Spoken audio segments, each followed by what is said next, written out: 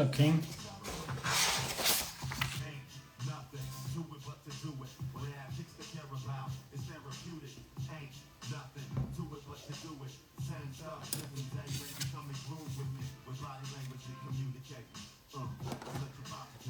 What's up, Chipray? How's it going, Vince?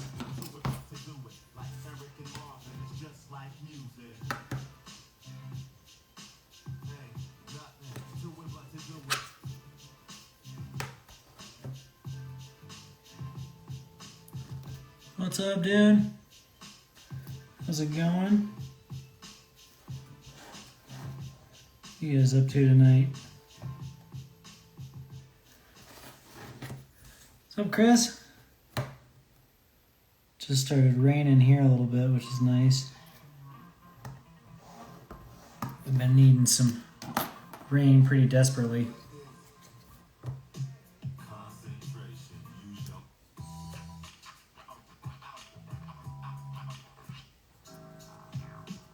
Yeah, what up, Clippin'?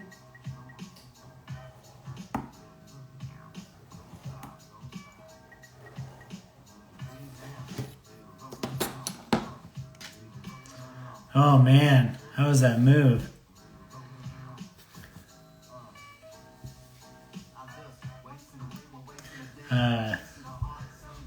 Yeah, moves are rough, man. I'll be good. Get that. Welcome in. I am working on some armor plating additions for this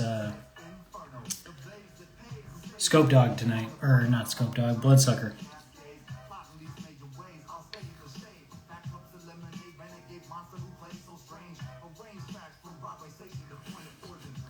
Deep brown.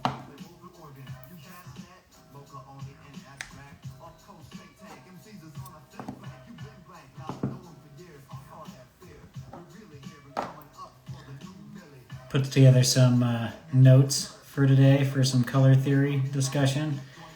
Something I should have done last time to cover photography instead of just kind of rambling.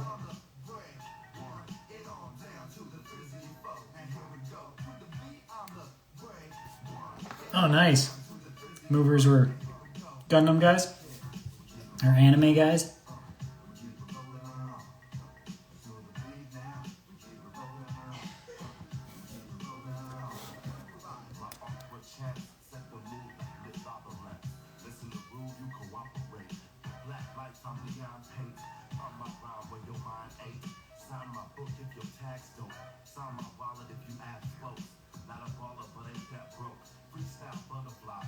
Nice. I gave our movers each a Cerulean book because they saw my stuff and they started asking about it. And one of the movers built scale model cars, so he was juiced on it. Thankfully, none of our shit was broken, so I'm hoping that that contributed to it.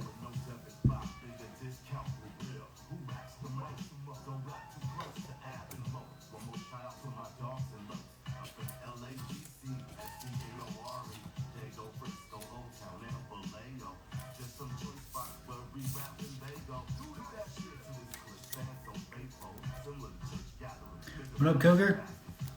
So I am working with some, I guess it's probably, yeah, 0.5 millimeter Thunderbolt. I must confess, I have seen little to no Gundam.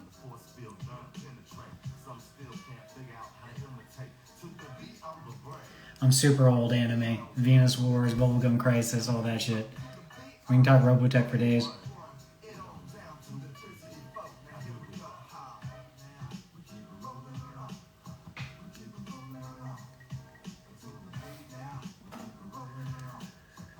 What's up, guys? What up, everybody?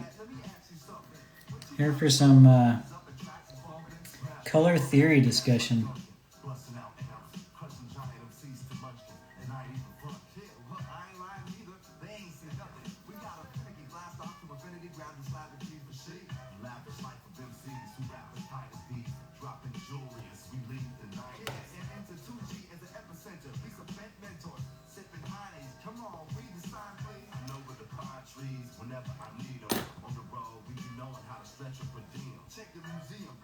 Okay, I'll check out Thunderbolt. I've been meaning to like catch up on some of those. There's so many of them, so I tried getting into like I think it was the Origin, like the 1, 2, and 3, and I couldn't do it.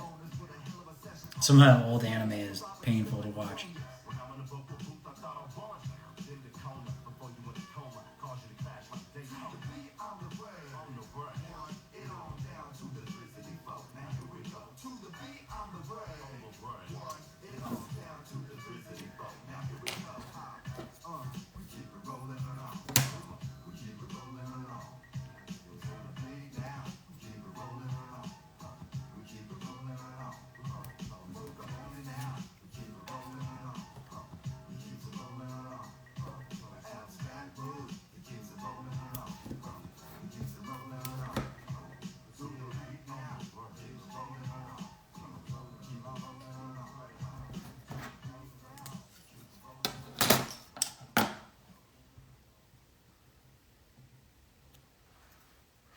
Yo, what up?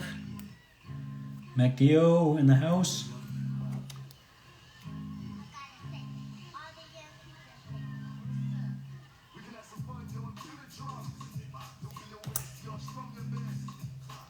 Welcome home. Indeed. We're just hanging out, man.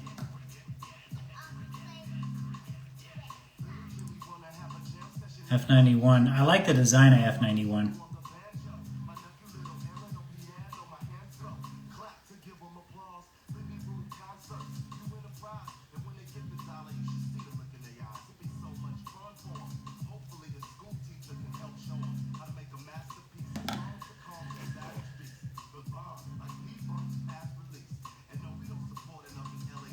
I'll give it another minute, finish this bowl, and then we'll start talking color theory. I'm excited.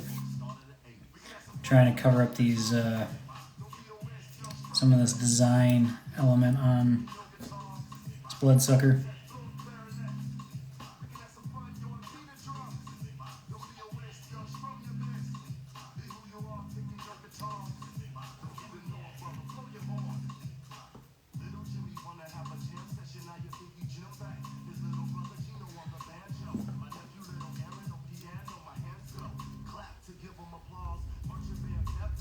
Yeah. Bro Builder's into F91, right? Like, that's his jam.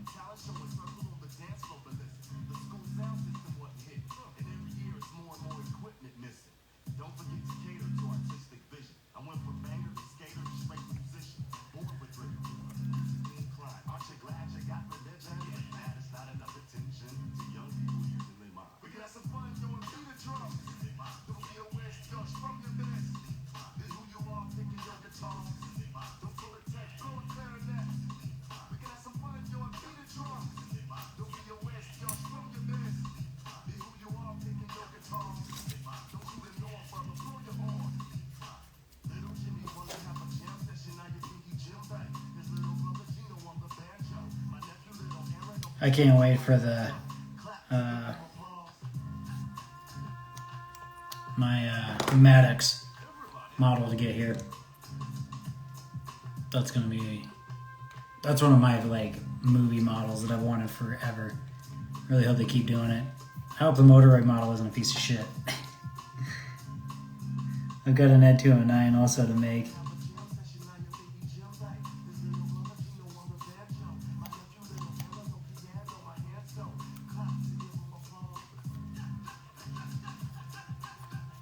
What's up? What is up, everybody? Just about to glue down this piece.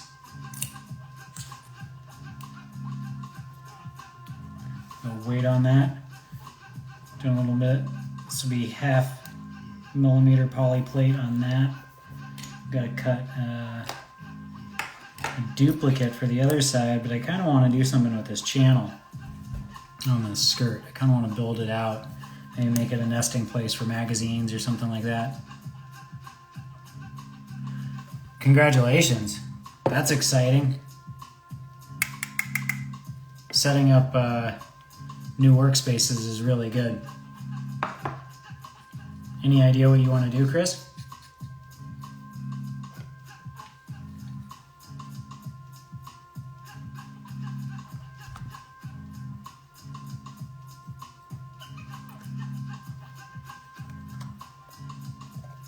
Are you putting new flooring in?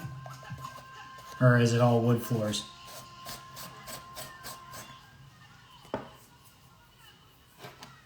Concrete, the industrial look.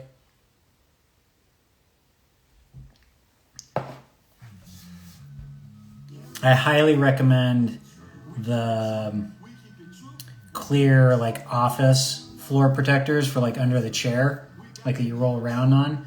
Put that shit down. Oh, vinyl floor, so that'll clean up. If it's vinyl wood floor, just make sure like how it cleans up. But I personally don't want to get paint on my floors, so I just have one of these office floor protectors underneath my chair, and then I move it underneath my paint booth and back and forth.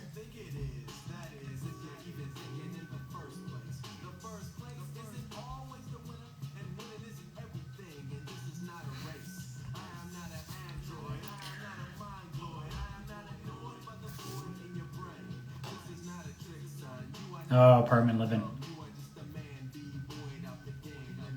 My wife and I talk a lot about how we miss apartment living. Yeah, it's nice just because it'll save your floors, it'll save your security deposit. I don't know if you're renting or you bought. And then again, just any sort of headache from spilling and stuff like that. Dampen a little bit of the sound for your neighbors below if you got people on there. There you go. Toss a rug on there. Just embrace the mess.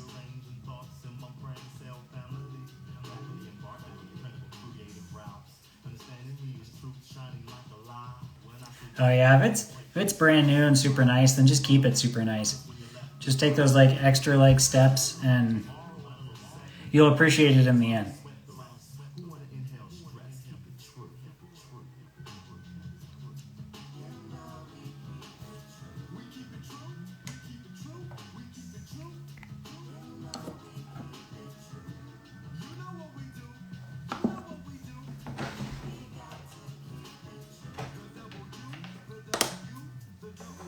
This is a little,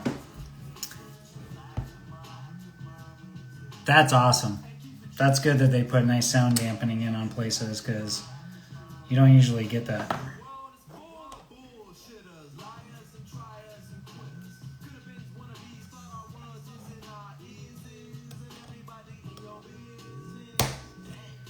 Donnie printed this for me. And it is, great for pre-cutting angles.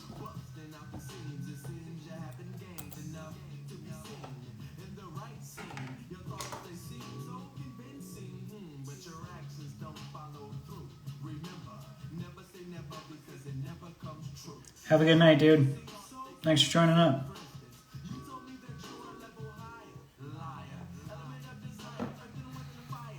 Enjoy the new place. All right, everyone. So we're going to start talking a little bit of color theory while I piece together some of these armor additions to this bloodsucker for my Cerulean build. I'm using some the mech case sensor pieces also. I'm going to put on something a little bit more chill for everyone. Some early 2001 J Live.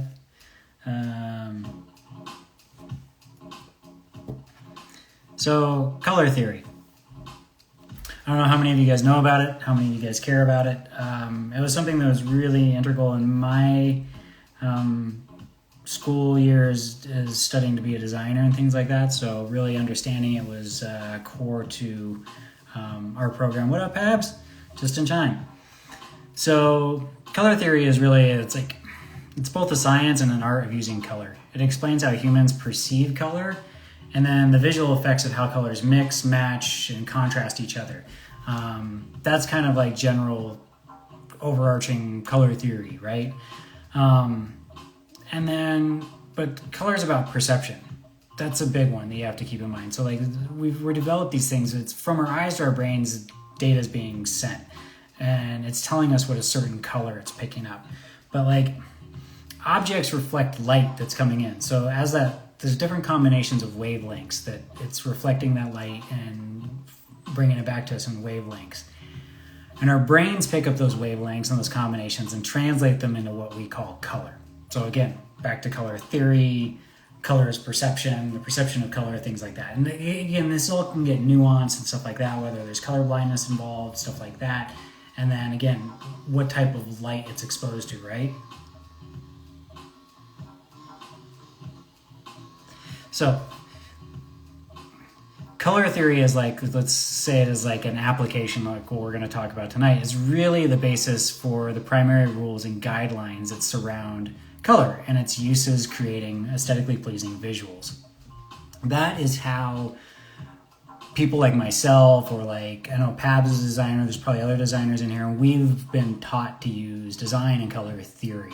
Is really about, it's just a basis of rules and guidelines and how to utilize these colors from the color wheel, which we'll get to. So, but by understanding color theory basics, you can then begin to really parse out the logical structure of color for yourself and create and use color palettes more strategically. And that's really what color theory about is that understanding of like, okay, like these really work together well, or like breaking rules. Like that's another thing that I'm really into, is like you can break these rules. So like I'm going to provide these rules and guidelines, but then go ahead and break them and try them. And there'll probably be some, he is a hack fraud. I agree with that. I mean, has anybody seen anybody that has he built anything recently? Do we even know? Okay, so that's really kind of like color theory, and then color theory is an application in a nutshell. And again, color is perception. The color wheel is really what guides this color theory, right? So you guys are probably all familiar with the color wheel. There's 12 sections within that color wheel. And so understanding the color wheel and the color harmonies, that it's really exciting, because once you really understand how these all work together, you remember like that box of 64 crayons that they had? Like just I don't know if you got them early on, or like they're in like your classroom or stuff like that, but like that box as a kid made it feel like colors were endless. So once you kind of unlock the color wheel, you can start to kind of do that yourself. So the color wheel kind of consists of this. It consists of 3 primary colors. Ghost Builder's been busy. You Ghost Builder, I want to see more of this because it's good stuff. So again, the color wheel consists of 3 primary colors. We'll start with those, right? Everybody probably knows what those are. Red, yellow, blue, right? Next, you have your 3 secondary colors, which are when you mix your primary colors together, you get those. So your green, orange, and your purples. After that, you have your 6 tertiary colors. These are the colors that are made up from your primary and secondary colors, such as blue, green, red, violet. So again, we're adding them together. And we'll discuss, like, again, nuances of that and kind of expand upon that as we get further on. But those are your 12 colors that you're going to be working with on a color wheel. Now, if you draw a line through the center of that color wheel, under traditional, and again, I'll go off on a caveat after this, you can, if you draw a line through the center of it, you'll have your warm colors and your cool colors, right? So you just separate them. So reds, oranges, yellows, cools are blue, greens, purples, right? So you just separate it. Now, it's not an argument, because again, like, we're talking about these in applications, right? So right now we're talking about this in an application of like, we're just applying color. But if say it's in the world and things like that, we have to take into account the type of light that is hitting that color. So you could have, say, a warm color being hit by a cool light, which is going to change how that color is perceived. that color may be perceived on a cooler spectrum than on a warmer spectrum. So again, there's just these like nuances. Again, color is perception, right? The perception of color. So when we really start to understand that, like warm colors are generally associated with like energy, brightness, action. So again, sun, warmth, stuff like that. Whereas cools are like identified with calm, peace, and serenity. And so you can kind of see how that begins to be applied, say, in like the branding world and things like that. Like businesses, things like that will choose specific colors because they want to convey a certain feeling. You can do that again when you're trying to tell a story. You can use that color to tell a story in your piece. And so those are really important kind of uses of color or understanding of color and how you can utilize it, how you can make it work for you. Much more so than just saying, I like blue or I like yellow kind of thing. You really are able to make it work for you. So again, primary is red, yellow, blue. Secondary is green, orange, violet.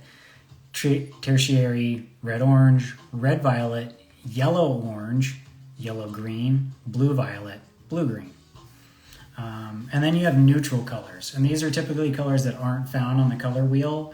They can be argued at some point that might fall in there, such as like a beige or a brown. But typically these are neutral colors like a gray, a beige, and a brown that will not show up on a color wheel. Now you'll see certain color wheels out there, and I'm probably going to include one with each book that's sold this year.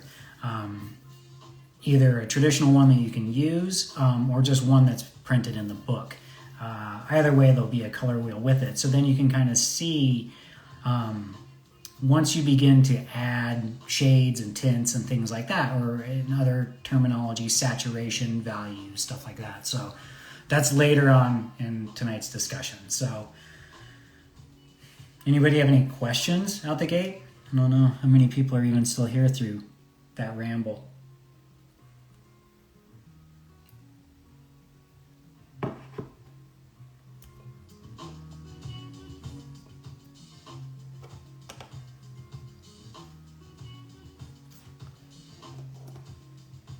I don't know if you can see that, but I'll probably add some 1mm poly plate to the outside. Probably do 2 of these kind of, I don't know, I guess it'd be like explosion, like some sort of armor deflection.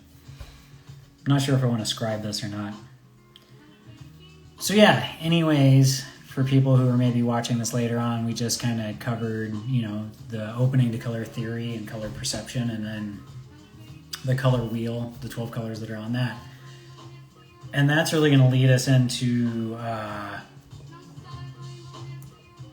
color schemes and relationships.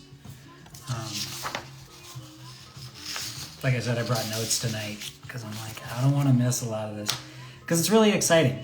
For me, color is really exciting. It has always been really exciting. It's always been something that's been really integral to my career and the success of working with the clients and achieving and solving their problem that they've essentially presented to either the agency or myself. And color always plays a huge part in that. So I bring a lot of that into my builds. And again, I talked about how you can tell a story through color. And so really, it's such a broad spectrum to cover, especially. So I was like, all right, I'm going to condense this down into some notes, some high level notes that people can understand, because it's such a broad spectrum. There's so many nuances to it, and again, like how they begin to work with each other and stuff like that. And so color relation and color schemes is kind of like where you go with that. And so like monochromatic is essentially, so if we take the color wheel and we'll take orange, right? Monochromatic is essentially taking that color and we're going to add several values, shades or tints of one color, and we're going to dilute it down or dilute it up. So again, when you're adding a shade or a tint, you're adding a white or a black or a gray to this color, and it's going to scale that color. And so we're going to develop a monochromatic. It's a singular color use. A lot of times this color combination is used to be very soothing and calming. You can kind of do a step procedure, which is nice. I like it. I think it's really exciting to do monochromatic.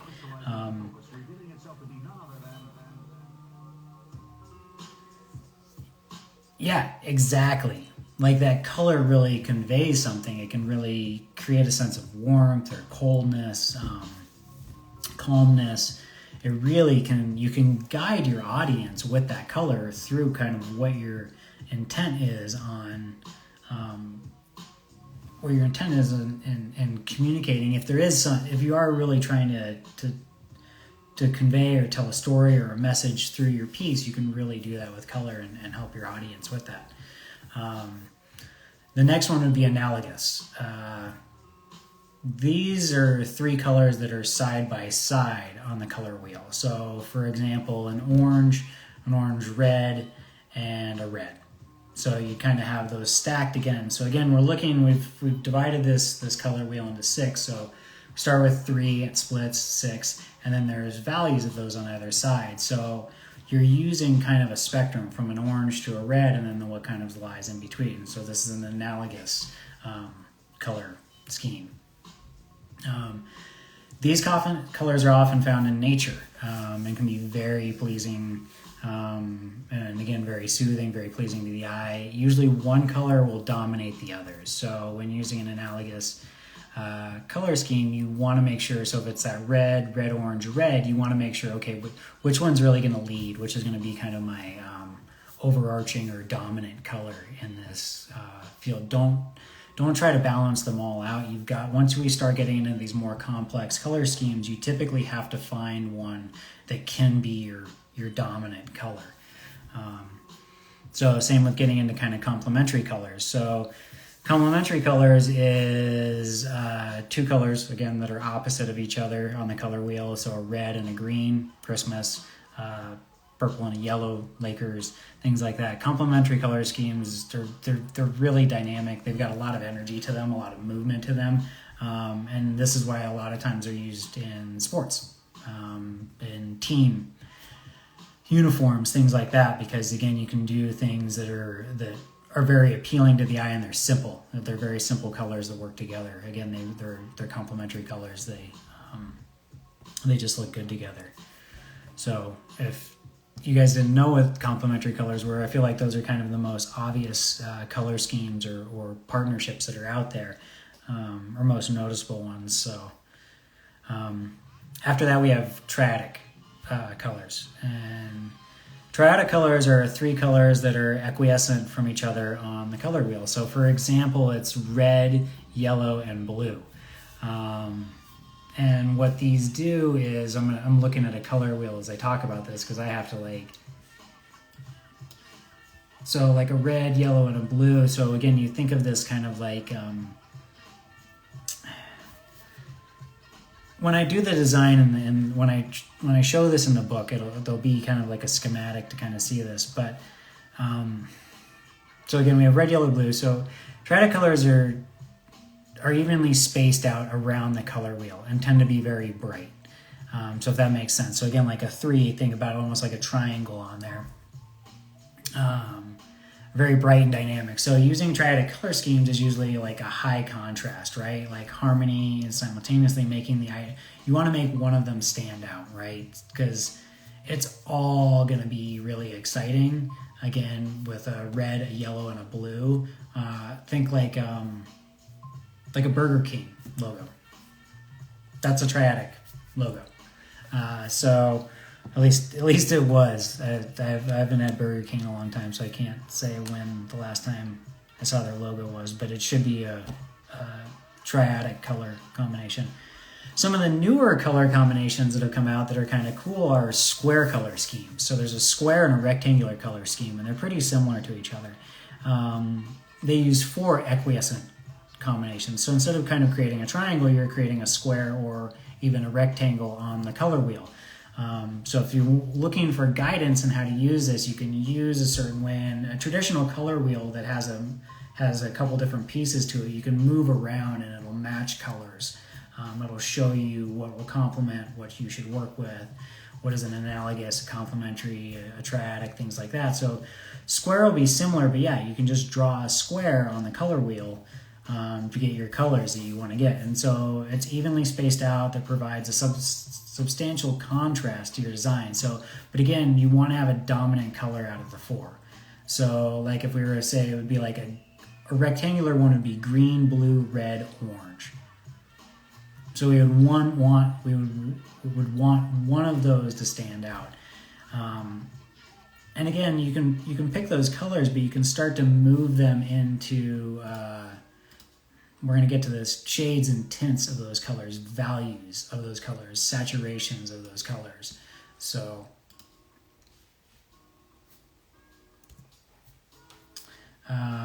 yeah, rectangle and square color schemes. A little bit newer. I didn't really learn about those when I was in school. It was really more just the kind of the three top ones: complementary, analogous, and triadic. So yeah, again, just the rectangle is more subtle than the square, I would say. But yeah, those are kind of the way to use color schemes. So if you look at like a race car colors, things like that, it's going to be similar color application, color theory application when thinking about those colors. So when you break down a build, think about how those colors break down, how those parts break down, and you can really begin to figure out how those complement each other. And when you use grays, you're going to be using tones of grays, and grays are really it's very hard to hit a neutral gray, because gray is either going to be, doo-doo brown does go with everything. I think I've got a couple doo-doo browns in the drawer, so they definitely work well. But your grays are going to be either warm or cold. So you have to think about how that complements your warm and cold colors, right? So if you're using grays, like sometimes it might work really well to have like a warmer gray, like a kind of a red gray with like a blue teal or something like that. So you can work it in ways that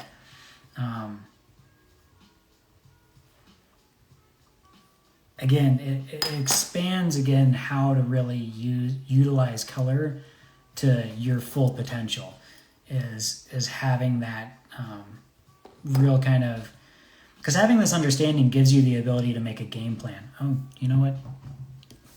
What's up, Hydro?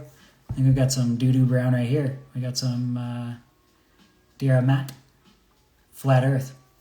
There you go, doo-doo brown in a bottle. $3.99. Come get it. $3.50. Come get your doo-doo brown.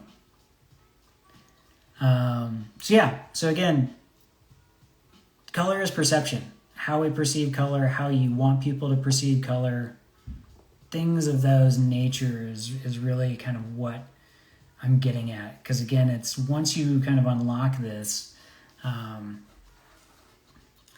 that song, Doo-Doo Brown? Yeah? I think so. Once you again kind of unlock this, like, and I'm sure a lot of you guys already have, because you already show your understanding of color, unless you're just using doo-doo brown. But from there we can go into like kind of a little bit more of what we're doing, which is so RGB and CMYK. RGB is more how we see color, how we perceive color, which is we see in light waves. Mixing light waves or the additive. So again, RGB is the additive color mixing model. We're going to talk about more brain stuff. Get ready. So RGB is the additive color mixing model. So in order for you to create colors, you have to mix red, green, and blue. We refer to it in the design RGBIV, like RGBIV. And then your various intensities. So you have these three lights in your rays. If you look through a prism, it's going to give you these three lights and then your various intensities. The more light, the brighter the color mix, right? So mixing all three of those together, you get bright white light. That's it, pure white. And you'll see that with like a magnifying glass and things like that as you like begin to hone it down, and those colors come together with a prism and you create your hot point where it's pure white. that's where all three of those colors are converged. And again, like if it's a sun, you're now magnifying the light, so on and so forth. So that's RGB. That's how we're perceiving colors. That's how video is, media is, computer screens are, things like that, because it's projecting color and creating the color. You can change it to CMYK, but the way that CMYK there presents itself is different, and we're going to get to that because there's a very specific reason for that. CMYK is any color that you see on a physical surface. Later, Vince. Thanks for hanging around, dude. CMYK is the color that you're going to see on any physical surface. So paper, signage, packaging, model kits, things like that. So you're using, this is the subtractive color model, mixing model. Because again, both of them have specific kind of rules to them, right? So the one we have to add the colors, this one we have to subtract them. But we're not subtracting the colors. What we're doing is we're subtracting the light from the paper source. So that's what the subtractive means. So as we add more paint to a piece of paper and build it up, it gets brighter and brighter and brighter, right? So it starts out red, starts out pink. And another layer, it gets darker. And another layer, it gets darker. Till you reach that maximum saturation of that, say, 100% cyan or magenta. And so this is really the primary color theory that most of us learned early on, mixing colors in kindergarten and primary school and things like that.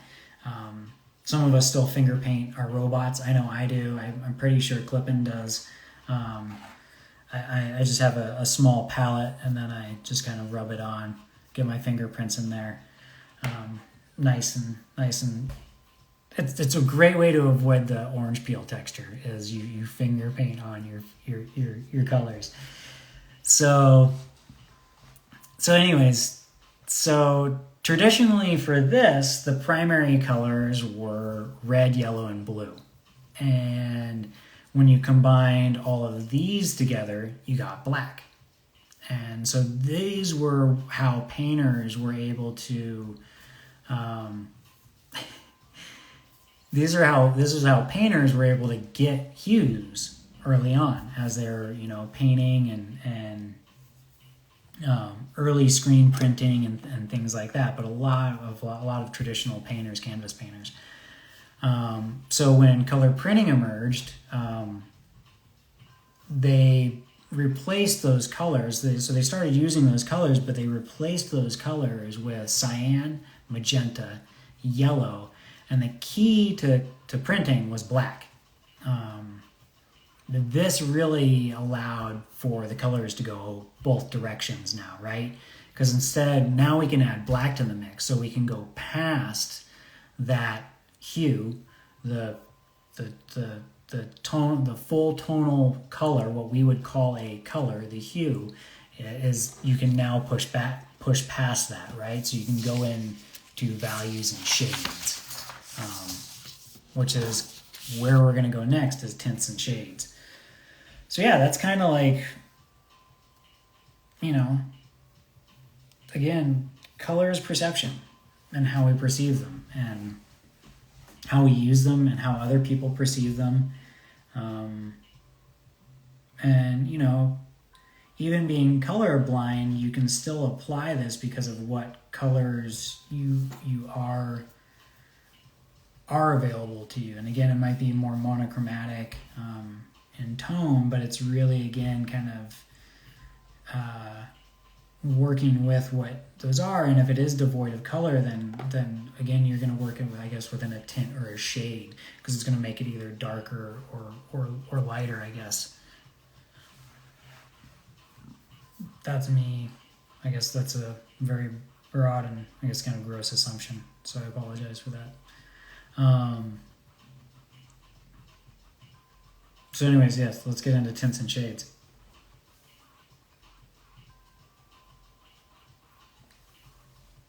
I'm trying to see if I can keep these informative talks to like an hour. I mean, there's only 4 people here on a Saturday night. I guess most people are out. trying to figure out like the best nights for these, because this is fun to hang out, but I don't know. Do you feel like I should do information dump and then kind of hang out and field questions, or try and kind of go back and forth? Yo, this Toyota truck that I got to put this camper on is such a nice model. The sculpt on this is really nice. The seam lines are super easy to clean up. I'm going to engrave the doors a little bit, or scribe the doors a little bit to get them a little bit deeper in the hood lines, but nice.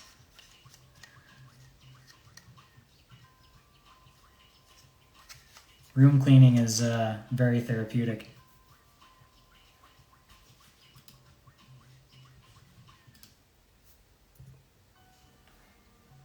Gonna put up some lights tomorrow. It was pretty smoky here today.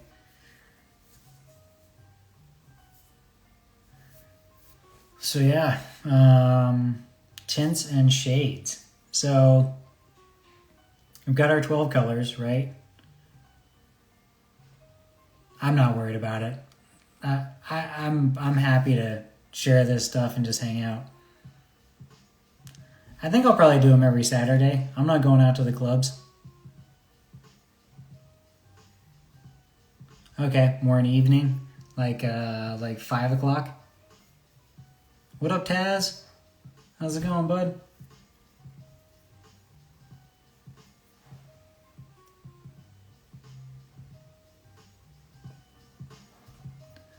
We've just been talking a bit of color theory. What's up? Morning time for you?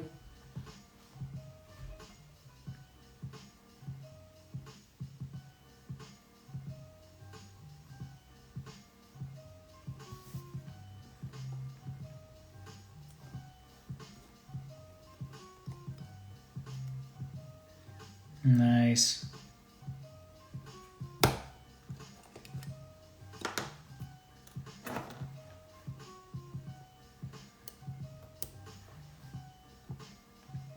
Springtime down there, right?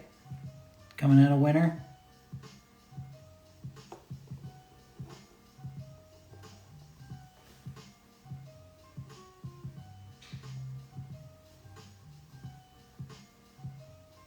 Can't remember when we were in Australia in November.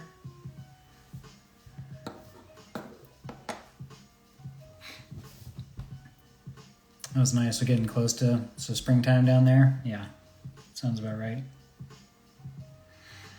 So yeah, let's move on. You joined us. Still cold as fuck. Yeah, I wish it would cool down here. I gotta buy a snowblower here pretty soon. Thankfully, I just have to get a smaller one. I don't need a monster like I had last time. Much shorter driveway. Probably won't have to wear crampons. Still could be slick. This tool? No idea. So Donnie printed it for me. Art Now by DB.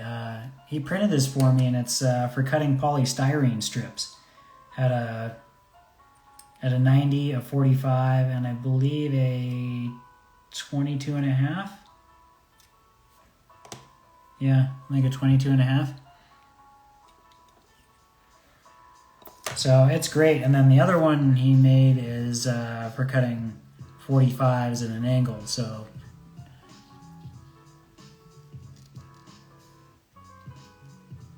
yeah, I like the snow.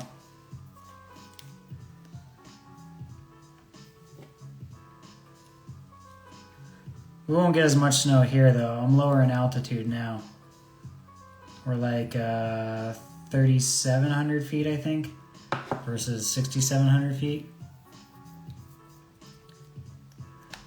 Yo, Hydro is it's a game changer. This is what I did that whole Supreme build with. You might be able to. I'll ask him. Or if I don't know if you've talked to him or not. But I'll ask him because I think he put it up on Thingiverse. I'm pretty sure he put it up. Yeah, I'm pretty sure he put it up on Thingiverse. He's putting a lot of these up. I just definitely look it up because it's great. I did that whole Supreme build. I used it for part of the Cerulean build last year. That's good.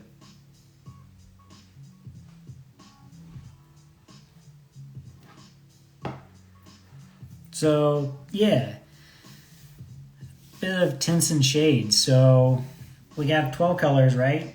And how do we get more of those, right? So we add tints and shades to those. So it's like the box of 64 crayons, right? Those all have tints and shades. So simply put, like you have tints, tones, and shades are variations of hues or colors on the color wheel.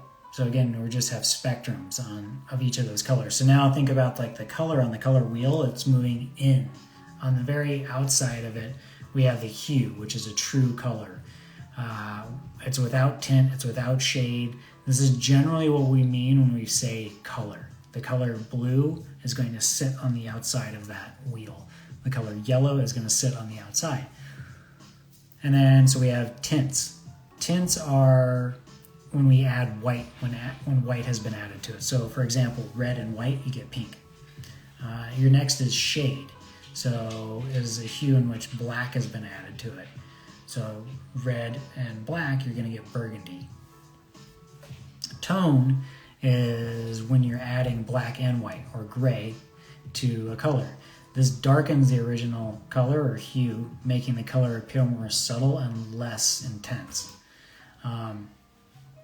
So when you talk about this in like computer terms or in other terms outside, they would be for saturation or values.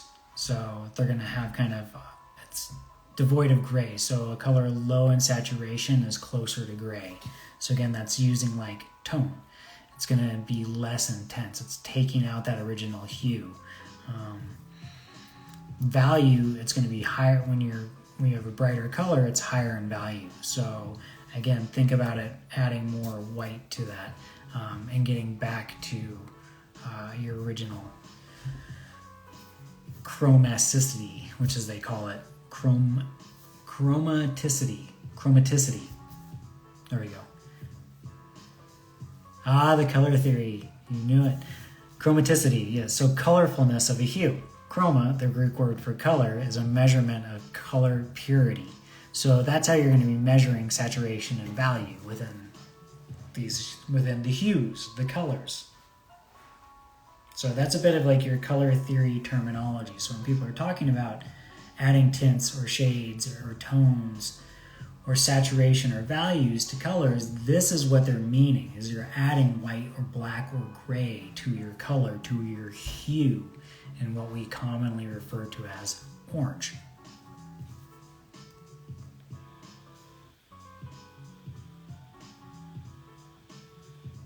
The cool thing about color is it can have meaning too.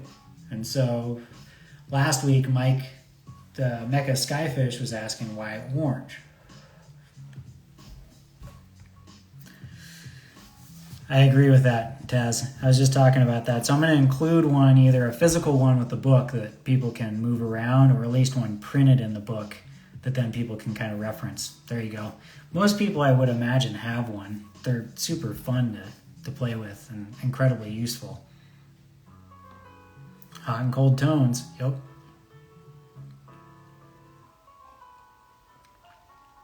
Well, and we were discussing early on about how color is perception, right? And so you could have a warm color within a cold light, and it's going to change that tone. It's going to change the feeling of that color and how that color is perceived. Because now what would be a warm yellow kind of looks more like a colder blue-green.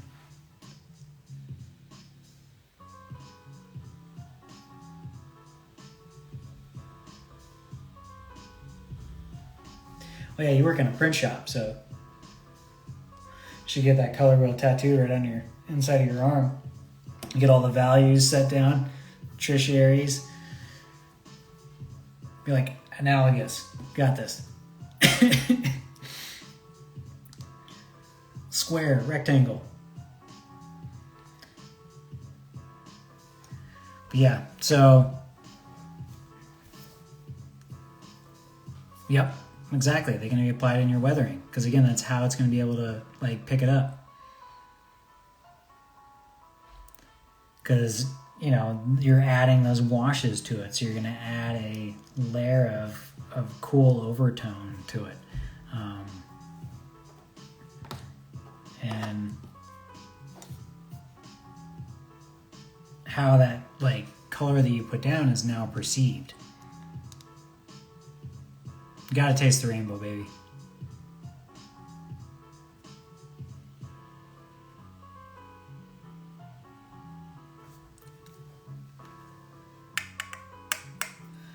I can't wait till we're in like year like 7 or 8 of the Cerulean project and it's just a rainbow of books on a shelf.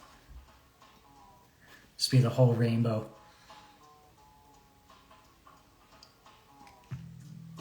And then we'll get into different tones and shades of those colors as we repeat them. So yeah, it's the meaning of color is kind of fun too. And it changes. It definitely can change on culture and perception and experience and things like that. So it's really, I don't know. There's kind of, so there's a general consensus around colors and how it's perceived. So again, how people are using these and how designers are using these and people in, packaging and stuff like that. So, because they have a visual impact to them. So you can create a sensation. And this is kind of the cool thing when I was in design and learning about advertising, the power of advertising. Will there ever be a multicolor book? Ooh. Maybe one year, once we do all the colors, we'll allow you to do any color you want. But I'll have to figure out some sort of overarching theme to unify all the builds. So it could be any color, but maybe it's something where it's like,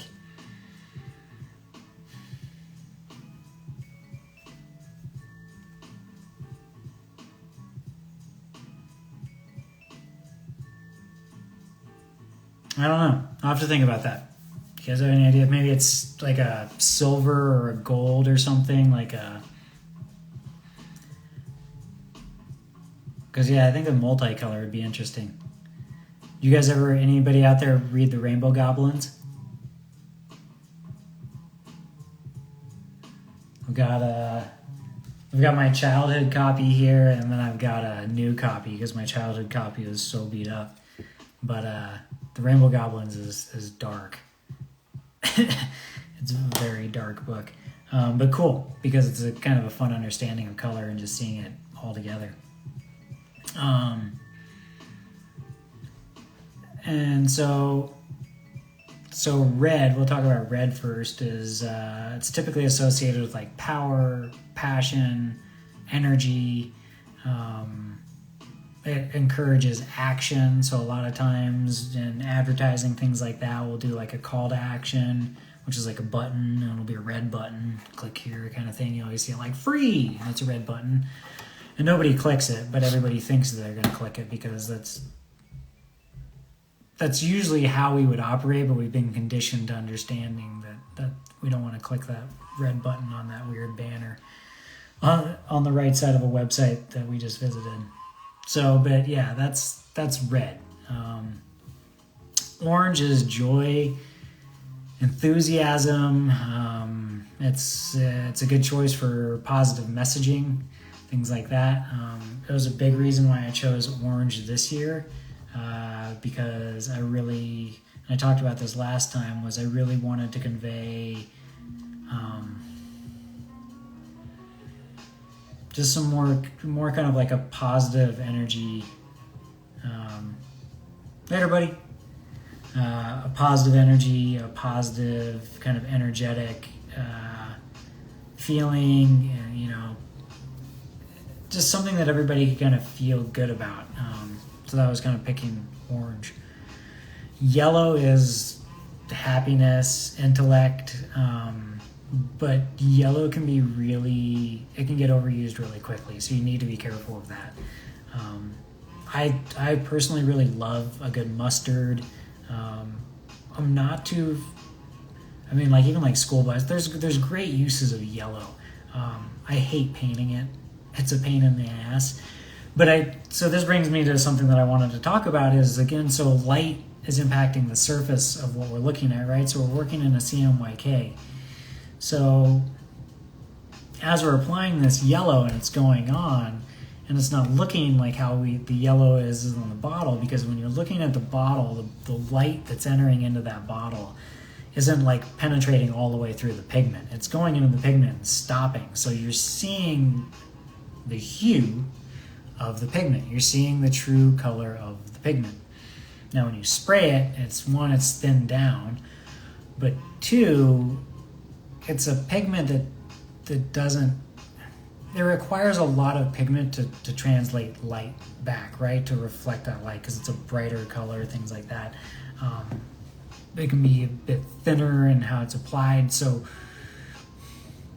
putting an underlayer underneath that, so a red, a brown, a pink, so priming in those colors, like say you prime in a burgundy, prime in a black, or prime in a pink, your yellow is going to react differently on top of those because of until you hit that maximum saturation, and your piece is going to look like doo-doo.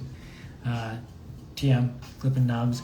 Your piece is going to look like doo-doo if you have to hit it with so much that no light's escaping that pigment. Like that light is just hitting that pigment and you have the true hue. So in a way to get closer to that true hue, or create a hue that you might like more, is to put an underlayer underneath that. And so as you add layers to it, it'll activate that color a little bit differently, because again, that light's traveling through, hitting it, coming back out, and you're perceiving those colors. So if you do spray a yellow and you have problems with it, or you spray an orange and you have problems with it, or it doesn't look like it, try what's underneath it first. Try a brown, try a pink, try a red, try a black, things like that. That'll give you different results when you go to apply your orange or your yellow, or even like reds, things like that. And this works on the cold side too.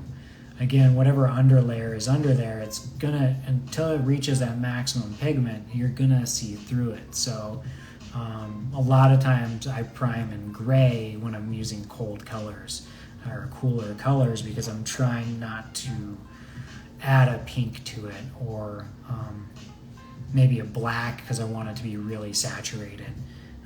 I definitely don't do a white because it's just a lot, unless I want my teal, like a teal, to really pop, right? But now we're talking about starting to get a little bit warm again, because even though teal's in the cooler side, the way that the light is hitting it can be a lot more invigorating, warm, stimulating kind of thing. So that kind of technically starts to become a warmer color, and the sensation that it creates within inside of you. Color will do that. Science has proven that color will create an internal response in you and make you feel certain ways. So green is often connected with growth and ambition.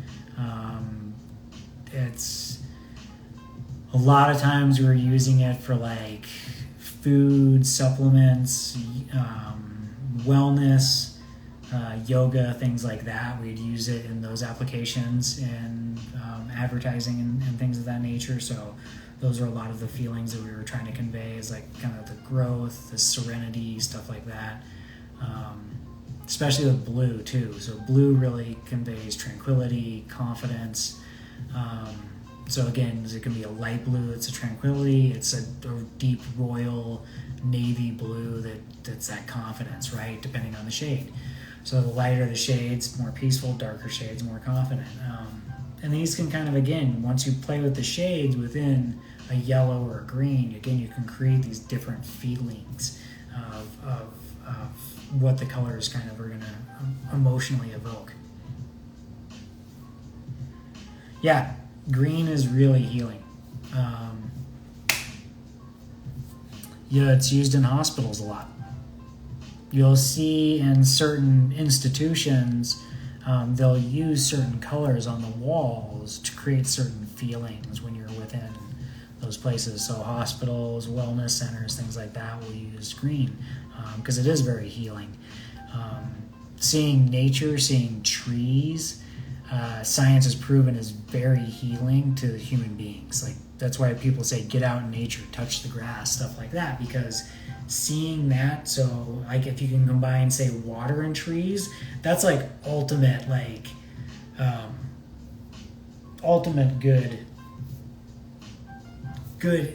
data for the brain to take in. That's really healing for mental well-being, emotional regulation, emotional, like, nervous system regulation. So yeah, trees are really important. Green is really important. Purple is luxury, creativity, especially used deliberately, like when you're really trying to use it. Like, it is a powerful color. That's why I picked purple last year. So many people are kind of put off to purple because I think they just looked at like the ultimate hue, the 100% purple, versus seeing this spectrum that it works in and all these colors that it complements, and you know, what was done last year I think really opened up a lot of people's eyes to how we can apply purple, like how purple can work in to a lot of these different colors and be this really kind of beautiful accent. It is the best. I love it. I was so excited to do purple last year, and people were just like, what? When? No. Purple sucks. Like, do blue or green. And I'm just like, no, it's purple, bitches.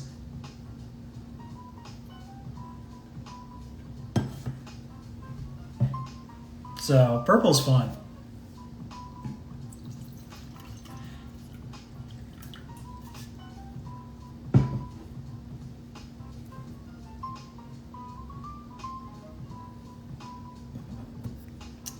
Then we get to black. Black is power, mystery. It can really help create like a sense of negative space in the piece. So it can kind of give a place for your eye to rest as it's moving from like color to color and things like that. So it's really powerful in how you can use it in pieces. I'm a big fan of like the high contrast of like using black with a color and stuff like that, or even like black on black, like shading, like staying within just a tonal variation of grays all the way up to 100% black, and then kind of embedding images and things like that. So from a printing standpoint, it's really difficult because it creeps a lot and stuff like that, so you have to be careful with it. And I mean, black, so the color of black, the pigments can be really, that's just a destructive color in general, but it's key to the printing process. And then, I don't know, I really like using it. I feel like, again, just a high contrast between like whatever color I'm trying to go with and a black, or even just like a 90% or 95% black, is a lot of fun. And then we have white. And white is like minimalism and like serenity, or yeah, it's like, again, it can also create like empty space, like negative space, in the same way that black can. So you can have like a big, I use white as a negative space in the Cerulean book. So I have these really powerful pictures, and then we have some really nice kind of white space where then the typography sits. So it gives you an area, again, the eye to rest. So as you're moving around and you're absorbing all of this imagery, all of this data and stuff like that, you can shift back, and then the text is kind of set cleanly within this really nice white space. So,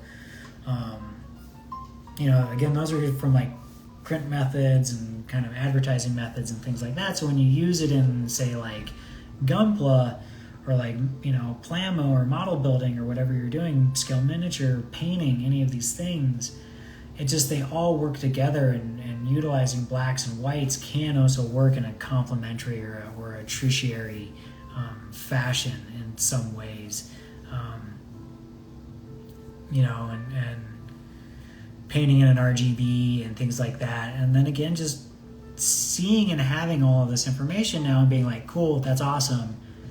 I remember all this. It's really important, but now I'm going to break this. So what if I do a rectangle and a triangle on the color wheel and see what I get? Most likely you're going to get mud. You're going to get that doo-doo color, patent pending doo-doo color from Clip and Nubs. But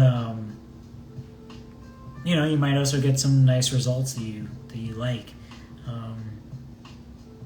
It just depends. Just play around with it. Color is subjective. Color is perceptive. Like it is what you want it to be and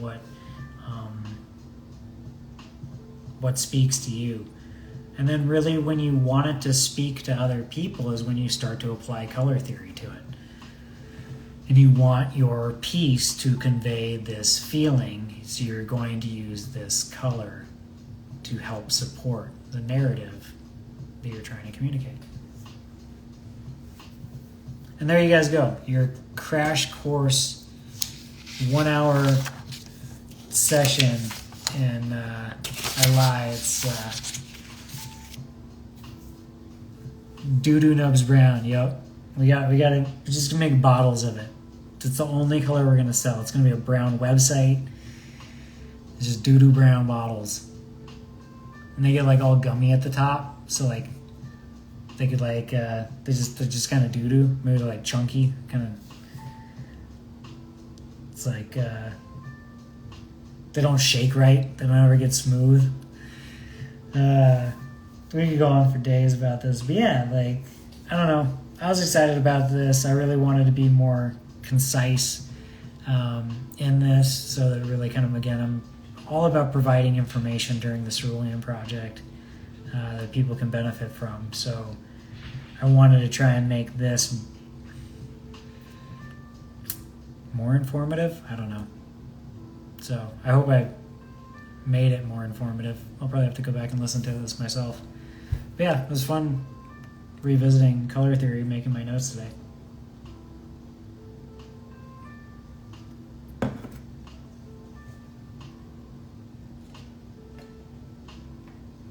I didn't get anything done on my piece.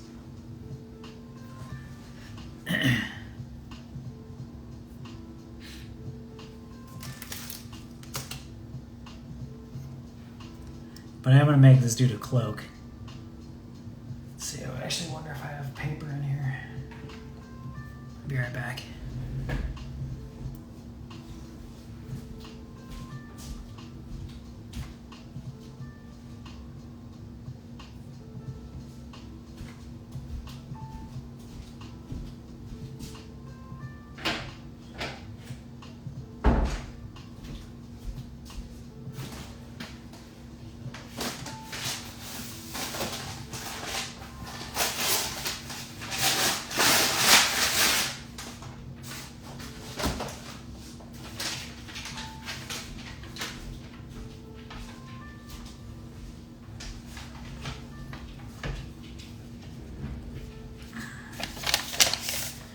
So this dude's gonna get. Try and keep this away from the mic.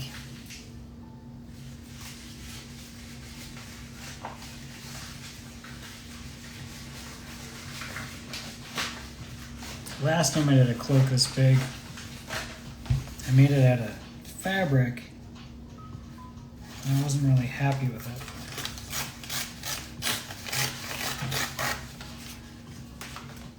The scale didn't feel right. It was a 1/100 cloak. I don't know what I was doing though. I was just learning. I was a young pup.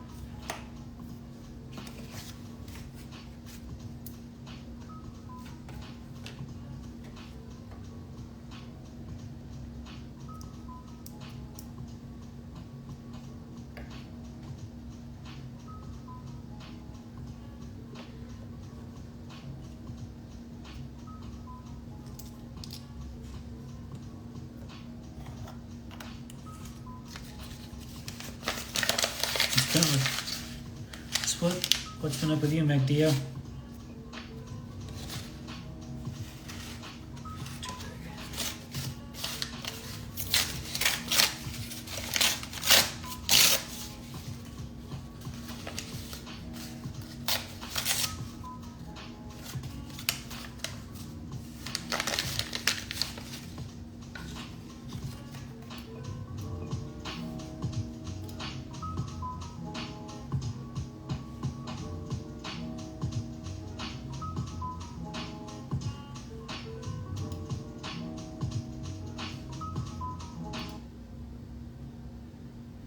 There we go.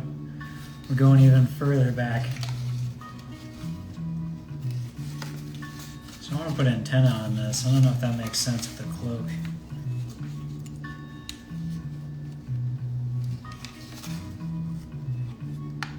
I think it does. Because I like the antenna.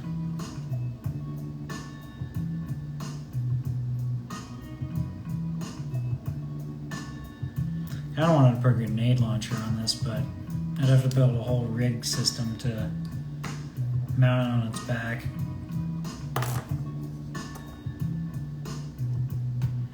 Oh, nice. I got my PlayStation set up. We should do some Destiny 2. Jump in on that. It's been a minute.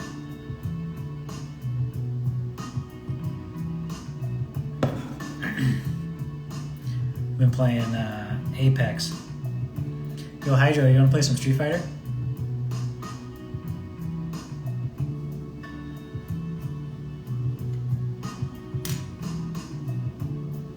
I think I'm going to get the Street Fighter arcade console for like home theater.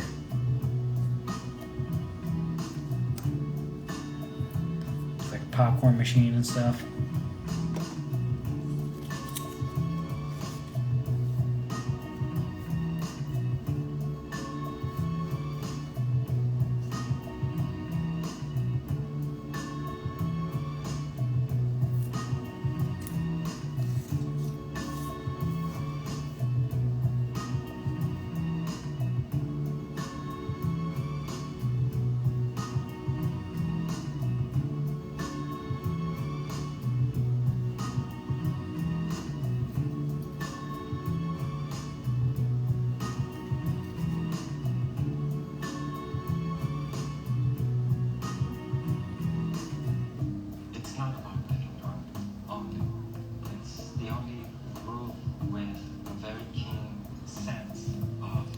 Yeah, I don't know if I even have any.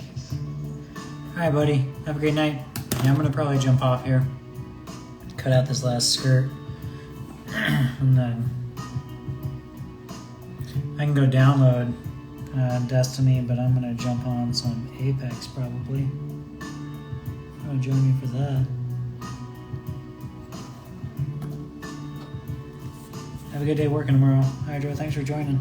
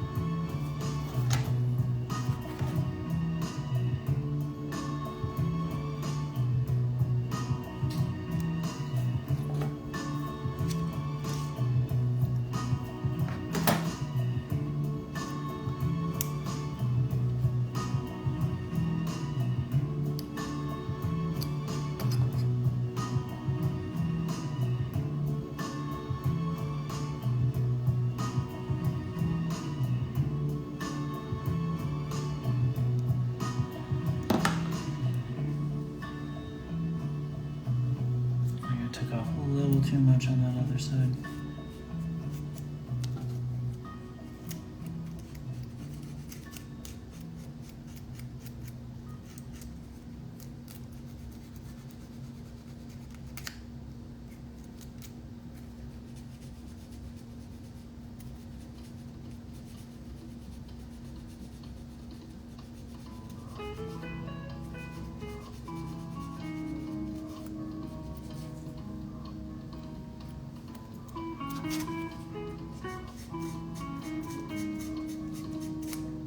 So yeah, I think I'll put like little informational sections from this stuff in the book this year.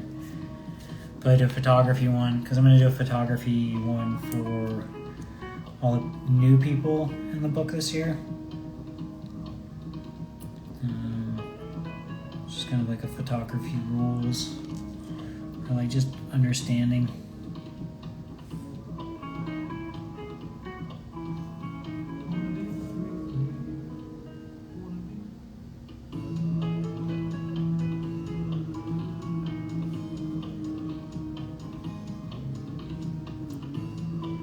gluing these on is going to be tedious.